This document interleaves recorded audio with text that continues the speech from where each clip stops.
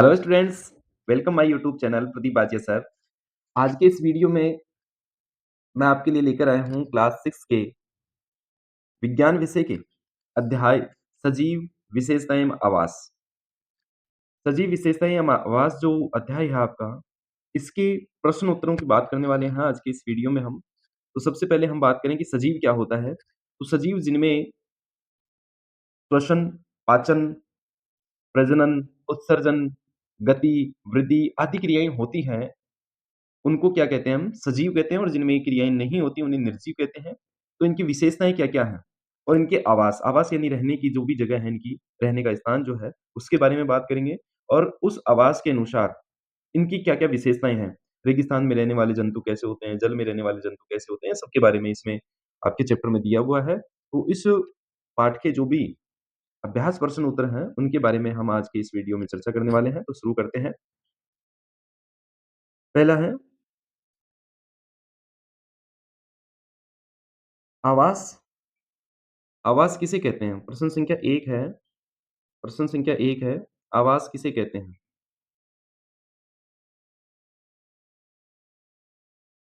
उत्तर है किसी सजीव का वह परिवेश जिसमें वह रहकर अपने जीवन की सभी जैविक क्रियाएँ पूर्ण करता है, उसका आवास कहलाता है। ठीक है? फिर उसके बाद में चलते हैं आगे। नेक्स्ट क्वेश्चन है आपका, कैक्टस मरुस्थल में जीवन यापन के लिए किस प्रकार अनुकूलित है? जो कैक्टस होता है, वो मरुस्थल में अपना जीवन यापन करता है, तो उसके लिए किस प्रकार से अनुकूलित होता है? यानी कैसी क्या विशेषताएँ उसके अंदर होती है, जिसके द्वारा वो मरुस्थल में रह सकता है? तो इसका उत्तर है, मरुस्थल में जल का अभाव होता है, ठीक है? पानी कम होता है, थोड़ी मात्रा में और गहराई अधिक मिलती है पानी की, अधिक गहराई में होता है पानी। इसी कारण से कैक्टस की जड़ें अधिक लंबी होती हैं, उनमें पत्तियाँ काँटों में परिवर्तित होती हैं तथा कुछ पत्तियाँ आकार में छोटी, मांसल तथा रोमल सतह वाली होती है। रोमल सतह यानी चिकनी सतह होती है उसकी, जिससे कि वाष्पोत्सर्जन कम से कम हो, ठीक है? जिससे जल का वाष्पन बहुत धीमी गति से होता है, जिसे वाष्पोत्सर्जन बोलते हैं। तना हरा होता है, मोटा होता है तथा मांसल होता है, जिससे वे अपना भोजन बना सकें। पत्तियों के कंटक रूप पौधे की सुरक्षा भी करते हैं। कंटक रूप यानी जो काँटे के रूप में जो पत्तियाँ बदल जाती हैं उनकी, तो वो काँटे जो हैं उन पौधों की सुरक्षा भी करते हैं। इस प्रकार से कैक्टस मरुस्थल में जीवन यापन के लिए अनुकूलित है। और एक पिक्चर के द्वारा मैं आपको इसमें दिखाऊँगा कि किस प्रकार से आप देखें कि कैक्टस जो होता है, यहाँ पर आप देखें, कैक्टस इसमें आप देखेंगे चारों तरफ बिल्कुल बारीक-बारीक से आपको काँटे दिखाई दे रहे हैं। यहाँ पर भी काँटे दिखाई दे रहे हैं आपको। ये काँटे हैं इसमें। तो ये जो पत्तियाँ हैं इसकी वो काँटों के रूप में बदल जाती है और तना जो होता है वो हरा और मांसल होता है, वो ही भोजन बनाने का कार्य करता है इसमें, ठीक है? ये संरचना आप देख सकते हैं इसकी। और पीछे जो आप देखें पूरा का पूरा जो है रेतीला भाग है यानी रेगिस्तान का हिस्सा है। तो ये इस रेगिस्तान के हिस्से में रहने के लिए अपने आप में अनुकूलित होता है क्योंकि इसमें ये सारी विशेषताएँ होती हैं जो हमने अभी बात की। अब चलते हैं प्रश्न संख्या 3 पर। प्रश्न संख्या 3 है रिक्त स्थानों की पूर्ति कीजिए। रिक्त स्थानों की पूर्ति कीजिए। पहला है क्या है? पौधे एवं जंतु में पाए जाने वाले विशिष्ट लक्षण जो उन्हें आवास विशेष में रहने योग्य बनाते हैं, उन्हें अनुकूलन कहते हैं। क्या कहते हैं? अनुकूलन कहते हैं। इसके आंसर नीचे दिए गए हैं, आप बाद में देख लेना। नेक्स्ट पे चलते हैं इसमें ख स्थल पर पाए जाने वाले पौधों एवं जंतुओं के आवास को स्थलीय आवास कहते हैं। क्या कहते हैं? स्थलीय आवास कहते हैं। जो भी जंतु स्थल पर पाए जाते हैं, उनको स्थलीय आवास कहते हैं। उसके बाद में है ग वे आवास जिनमें जल में रहने वाले पौधे एवं जंतु रहते हैं। तो वो कौन-सा आवास कहलाता है? जलीय आवास कहलाता है। ये आपने अच्छे से पढ़ा होगा चैप्टर में। तो स्थल पर पाए जाने वाले स्थलीय आवास और जल पे पाए जाने वालों का जल में पाए जाने वालों का जलीय आवास, ठीक? आवास 2 प्रकार के हो गए, स्थलीय और जलीय आवास, ठीक है? उसके बाद में बात करते हैं नेक्स्ट की, इसमें है मृदा यानी मिट्टी, जल एवं वायु किसी आवास के कौन से घटक हैं? ठीक है? रिक्त स्थान घटक हैं, तो कौन से घटक हैं? अजैव घटक हैं, जो भी निर्जीव वस्तुएँ हैं, वो सभी अजैव घटक कहलाएँगे और जो सजीव हैं, वो जैव घटक कहलाएँगे, तो यहाँ पर आ जाएगा अजैव घटक। फिर लास्ट है हमारे परिवेश में होने वाले परिवर्तन जिनके प्रति हम अनुक्रिया करते हैं। किसी भी चीज़ के प्रति हम अनुक्रिया करेंगे, कब करेंगे? जब हमें कोई उद्दीपन प्राप्त होगा, ठीक है? तो इसमें आएगा उद्दीपन कहलाते हैं। हमारे परिवेश में होने वाले परिवर्तन जिनके प्रति हम अनुक्रिया करते हैं, उद्दीपन कहलाते हैं, ठीक है? इनके आंसर्स यहाँ दिए गए हैं, आप देख सकते हैं इनके उत्तर। प्रश्न संख्या 4 की बात करते हैं अब। प्रश्न संख्या 4 निम्नलिखित सूची में कौन-सी निर्जीव वस्तुएँ हैं?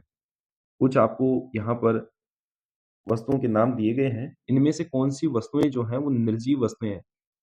तो हल जो है वो निर्जीव है, सिलाई मशीन, रेडियो, नाव आदि सभी क्या हैं? निर्जीव वस्तुएँ हैं, ठीक है? प्रश्न संख्या 5 पे चलते हैं। किसी ऐसी निर्जीव वस्तु का उदाहरण दीजिए जिसमें सजीवों के 2 लक्षण परिलक्षित हों, ठीक है? निर्जीव वस्तु हो लेकिन उसमें सजीवों की कोई 2 विशेषता दिखती हो, जैसे हमने अभी सजीवों की विशेषता बताई थी आपको कि वो श्वसन, पाचन, उत्सर्जन, ठीक है? प्रजनन, गति, वृद्धि ऐसे करते हों, तो ऐसे कोई 2 एग्ज़ाम्पल बताने हैं। तो जैसे इसमें एग्ज़ाम्पल दिया गया है, क्या एग्ज़ाम्पल दिया गया कि साइकिल और चंद्रमा आदि इस प्रकार की निर्जीव वस्तुएँ हैं जिनमें गति पाई जाती है, ठीक है? गति पाई जाती है इनमें और चंद्रमा अपने आकार में घटता व बढ़ता रहता है, तो ये भी एक प्रकार की क्या है इसमें वृद्धि हो रही है या कमी हो रही है। इस प्रकार से आप बादल में भी देख सकते हो कि बादल जो है कभी बड़े हो जाते हैं, छोटे हो जाते हैं, तो ये सारे क्या हैं निर्जीव वस्तुएँ हैं जिनमें सजीवों के कुछ लक्षण दिखाई देते हैं। फिर प्रश्न संख्या 6 है, निम्न में कौन-सी निर्जीव वस्तुएँ किसी समय सजीव का अंश थी? अब निर्जीव हैं लेकिन किसी न किसी समय वो सजीव का अंश थी। इनमें से कुछ वस्तुएँ यहाँ यहाँ पर दी गई हैं निर्जीव वस्तुएँ, जिसमें है मक्खन, चमड़ा, ऊन, खाद्य तेल, सेब, ठीक है? ये जो हैं क्या थी, ये किसी न किसी रूप में सजीव के अंश थे, ठीक है ना? मक्खन है, चमड़ा किसी जंतु से लिया गया है, मक्खन है किसी जंतु से प्राप्त हुआ, दूध है उससे मक्खन बनाया गया, ऊन जो है वो भेड़-बकरियों से प्राप्त की गई, खाद्य तेल जो है वो प्राप्त किया गया पौधों से, ठीक है? सेब है वो पौधों से प्राप्त हुई, तो ये किसी न किसी रूप में किसके अंश थे? सजीव के अंश थे, ठीक? ये आपका आंसर हो गया मक्खन, चमड़ा, ऊन, खाद्य तेल और सेब। प्रश्न संख्या 7 पे चलते हैं, सजीवों के विशिष्ट लक्षण सूचीबद्ध कीजिए। एक आपको तैयार करना है कि कौन-कौन से लक्षण सजीवों में पाए जाते हैं। तो उसमें सजीवों के विशिष्ट लक्षण जो हैं वो कौन-कौन से हैं निम्नलिखित हैं, यहाँ पर देखें आप। पहला है सभी जीवधारियों का एक विशिष्ट परिवेश होता है, जिसमें अपने जीवन की सभी आवश्यक जैविक क्रियाएँ सफलतापूर्वक कर लेते हैं। इसे उन जीवों का क्या कहते हैं? आवास कहते हैं। दूसरा है सजीव के शरीर की विशिष्ट संरचनाओं अथवा स्वभाव की उपस्थिति किसी पौधे अथवा जंतु को उसके परिवेश में रहने के योग्य बनाती है, इसे ही अनुकूलन कहते हैं, ठीक है ना? उनके शरीर में कुछ ऐसी संरचनाएँ होती हैं या उनका स्वभाव होता है जिसके कारण वो उस परिवेश में रह पाते हैं, तो उसे उसका अनुकूलन कहते हैं। तीसरा है सभी जीवों को ऊर्जा एवं वृद्धि तथा टूट-फूट की मरम्मत के लिए भोजन की आवश्यकता होती है। सभी जो जीव हैं उनको शरीर की मरम्मत के लिए और कोई भी कार्य करते हैं हम या हमारे शरीर को ऊर्जा चाहिए होती है कार्य करने के लिए या वृद्धि करने के लिए ऊर्जा की आवश्यकता होती है, तो वो भोजन से प्राप्त होती है और भोजन की सभी सजीवों को आवश्यकता होती है। उसके बाद में सभी जीवों में वृद्धि परिलक्षित होती है, सभी जीव में आप वृद्धि देख सकते हैं। पहले आप भी छोटे से बच्चे थे, अब धीरे-धीरे बड़े होने लगे हैं, ठीक है ना? सभी जीवधारियों में श्वसन क्रिया होती है, श्वास लेते हैं वो, ठीक है? सभी जीवों में उद्दीपन के प्रति अनुक्रिया होती है। उद्दीपन के प्रति अनुक्रिया किस प्रकार से जैसे मान लो आपके सामने कोई अ, ऐसे हाथ लेके आए आपकी तरफ तो आप एकदम से डर जाओगे, ठीक है ना? आँखें बंद कर दोगे अपनी या वहाँ से साइड हट जाओगे। आपके सामने अगर कोई एकदम से टॉर्च जला दे, तो आप क्या कर दोगे? अपनी आँखें बंद कर दोगे, ठीक है? तो वो क्या है? वो टॉर्च आपके लिए उद्दीपन है और उसके प्रति आप अनुक्रिया कर रहे हो। जैसे आपने किसी गर्म वस्तु को छुआ तो आप तुरंत अपना हाथ हटा लेते हैं या आपके पैर में काँटा लग गया तो आप तुरंत अपना पैर हटा लेते हैं वहाँ से, ठीक है? तो वो क्या है? उद्दीपन जैसे ही हम हमारे को मिला तो हमने उसके प्रति अनुक्रिया की, कोई न कोई कार्य किया है, वो है उद्दीपन के प्रति अनुक्रिया। अगला है सभी जीवधारियों में उत्सर्जन क्रिया होती है, उत्सर्जन क्रिया। चाहे हम देख लें हमारे अंदर उत्सर्जन क्रिया जो है, वो चाहे पसीने के द्वारा हो, मल-मूत्र के द्वारा हो, ठीक है? इसी प्रकार से सभी जंतु में उत्सर्जन की क्रिया पाई जाती है। सभी जीवधारियों में प्रजनन क्रिया होती है। प्रजनन क्रिया चाहे वो अलैंगिक जनन हो या लैंगिक जनन हो, किसी न किसी प्रकार में उनमें जनन पाया जाता है। ये आप अगली क्लासों में पढ़ेंगे। फिर सभी जीवधारी गति करते हैं, सभी जीवधारी गति करते हैं। कुछ ऐसा होता है कि सर पेड़ तो गति नहीं करते हैं, लेकिन उनमें अलग प्रकार की गति पाई जाती है। जैसे आप देखोगे कि कुछ पेड़ ऐसे होते हैं जो शाम के समय अपनी पत्तियाँ समेट लेते हैं या फूल जो होते हैं जब कली से खिलते हैं, तो वो फैलते हैं, वो भी एक प्रकार की गति है, ठीक है ना? तो इनमें अलग प्रकार की गति पाई जाती है, गति ज़रूर होती है इनमें। चलो अगले प्रश्न पे चलते हैं, प्रश्न संख्या 8 है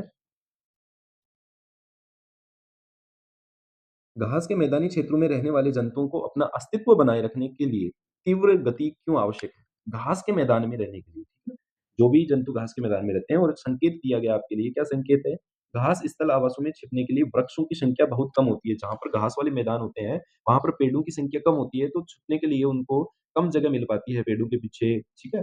या कहीं पर भी छुपने के लिए कम जगह मिल पाती है। इसलिए उनमें क्या होता है, अपने जो भी शत्रु दुश्मन वगैरह होते हैं, ठीक है ना? जैसे हिरण है, ठीक है? तो उसका शत्रु जो भी शेर वगैरह हैं, तो उनसे वो बचने के लिए क्या करेगा, तो उनमें तीव्र गति पाई जाती है, तेज़ दौड़ते हैं वो, ठीक? यहाँ पर आंसर भी देख लेते हैं हम क्या है। घास के मैदानी क्षेत्रों में घास के अतिरिक्त बड़े-बड़े वृक्षों का अभाव पाया जाता है। इस अभाव के परिणामस्वरूप यहाँ रहने वाले प्राणी तीव्रगामी होते हैं, यानी तेज़ दौड़ने वाले होते हैं, जिससे वे स्वयं को अपने शत्रुओं से तथा वातावरण की प्रतिकूलता से रक्षा कर सकें। ठीक है ना? ये आंसर है। इसी के साथ आपके ये 8 प्रश्न जो थे, वो पूरे होते हैं। इनके उत्तर आपको मैंने बता दिए हैं, समझा दिए हैं, सजीव क्या होते हैं, निर्जीव क्या होते हैं, ये भी आपको बता दिए हैं।